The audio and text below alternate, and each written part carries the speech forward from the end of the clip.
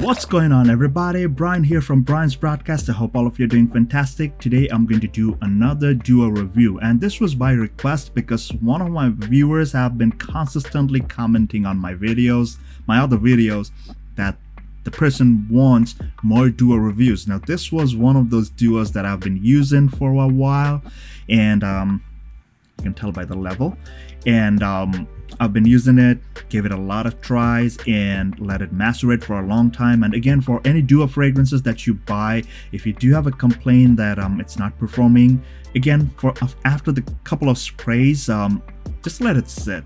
The process is called maceration. I have an entire video on this maceration process. It's linked over here. Go ahead and check it out. But today's fragrance that we are going to talk about is called 22 Shades of Everest. Now this is a hybrid combination of Labo's Bergamote 22 and Creed Himalaya.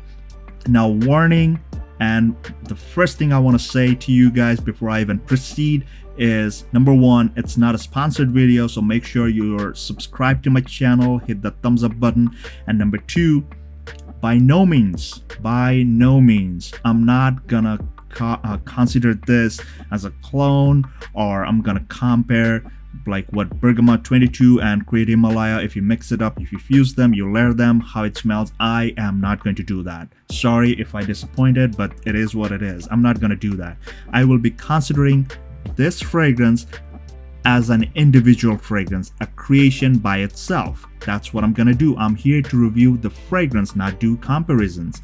So this is what the bottle looks like. You have seen a ton of duo bottles. I really don't need to show you all this. It's called 22 Shades of Everest. Let me quickly read out the notes from the duo website. So they don't have any top, mids, or beige.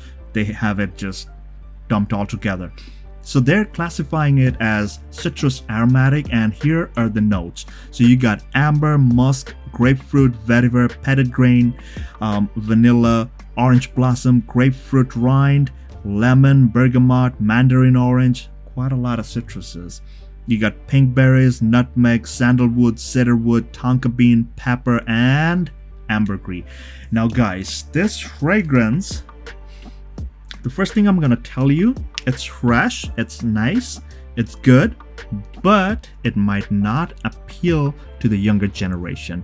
It kind of smells a bit aged, like somebody who's in the early 30s and above.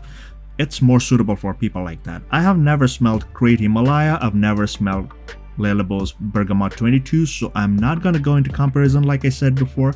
But this thing, I believe Labo Bergamote 22 is all about citruses, so that's why you get all those citrus notes. And Creed Himalaya, I have no idea, absolutely no idea what it might have, because I don't own any Creeds so far.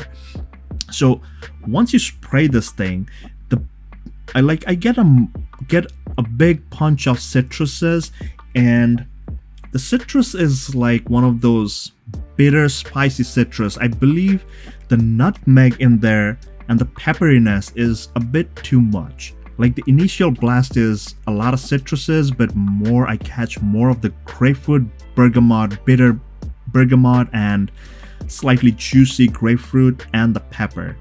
I get more of that. Now as the fragrance starts drying down, like initially it'll project for like roughly 1.5 to 2 hours, and then it starts sitting pretty close to your skin, but it lingers around.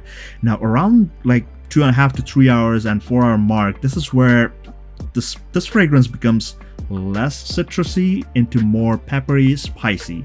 Now the nutmeg, like I said, as it starts drying down, the nutmeg feels pretty dominant. Like I feel the spiciness is a bit too much. I believe like maybe if this fragrance was a bit sweeter, slightly sweeter, and a little tad bit less spicy in the bergamot and the peppery field, I would think this fragrance would be a magnificent combination.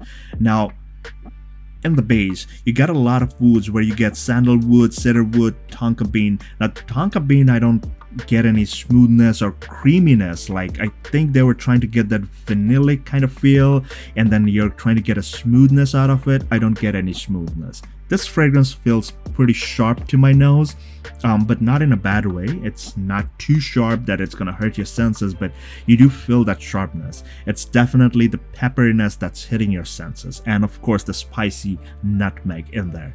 Now as it starts drying down, the base is more or less the nutmeg and the combination of oud. Now the oud you get over here, the woods you get over here is not like distinguishable. Like you don't feel that you get cedar wood or you're getting sandalwood, but I believe it tries to develop. But even though I let this thing macerate for more than a month or two, in some cases I just left it. After a month I tried it, left it, forgot about it 2 months, and then I got back to it. I tried it, it's all the same. It never developed too much. So kind of like I would say develops moderately, not too much, doesn't open up too much. And as for performance, if you're talking about performance, I found it to last around like 6 to 7 hours, which is like unusual of Dua, and that's after maceration. So initially when I tried it, it was pretty bad. It was not even developing too much. I had to let it macerate. And again, this is one of those Duas where the liquid is pretty clear. If you will see, it's not even faint yellow, it's absolutely clear, and I used quite a lot of it. And summertime doable, but I found it more suitable for spring and early fall, like this time of the year when it's cooling down slowly. I found it more suitable for those kind of times. Like in superheat, I did not really like it. That was my opinion for Dua 22 Shades of Everest. Let me know in the comment section below if you own it, do you like it? If you like my review, please make sure to be subscribed to this channel, show all your love and support. That was it, guys. Please take care, stay safe, and all the best.